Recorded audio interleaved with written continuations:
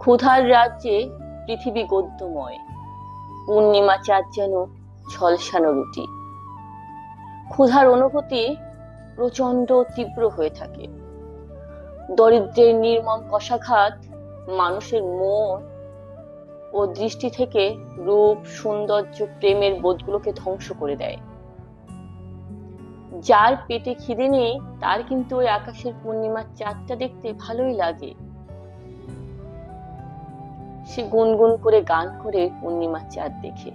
কিন্তু যার পেটে খিদে তার কিন্তু আর পূর্ণিমার চাঁদ দেখে গান মনে আসবে না। ওইটা দেখে তার ওই ঝলসানো রুটির কথা মনে আসবে। যদি সে একটা রুটি পেত, পেটটা ভরাতে পারত।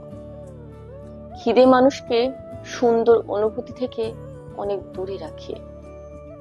খিদের তীব্রতা এত, যার কাছে প্রত্যেকটা জিনিসই হার মানে।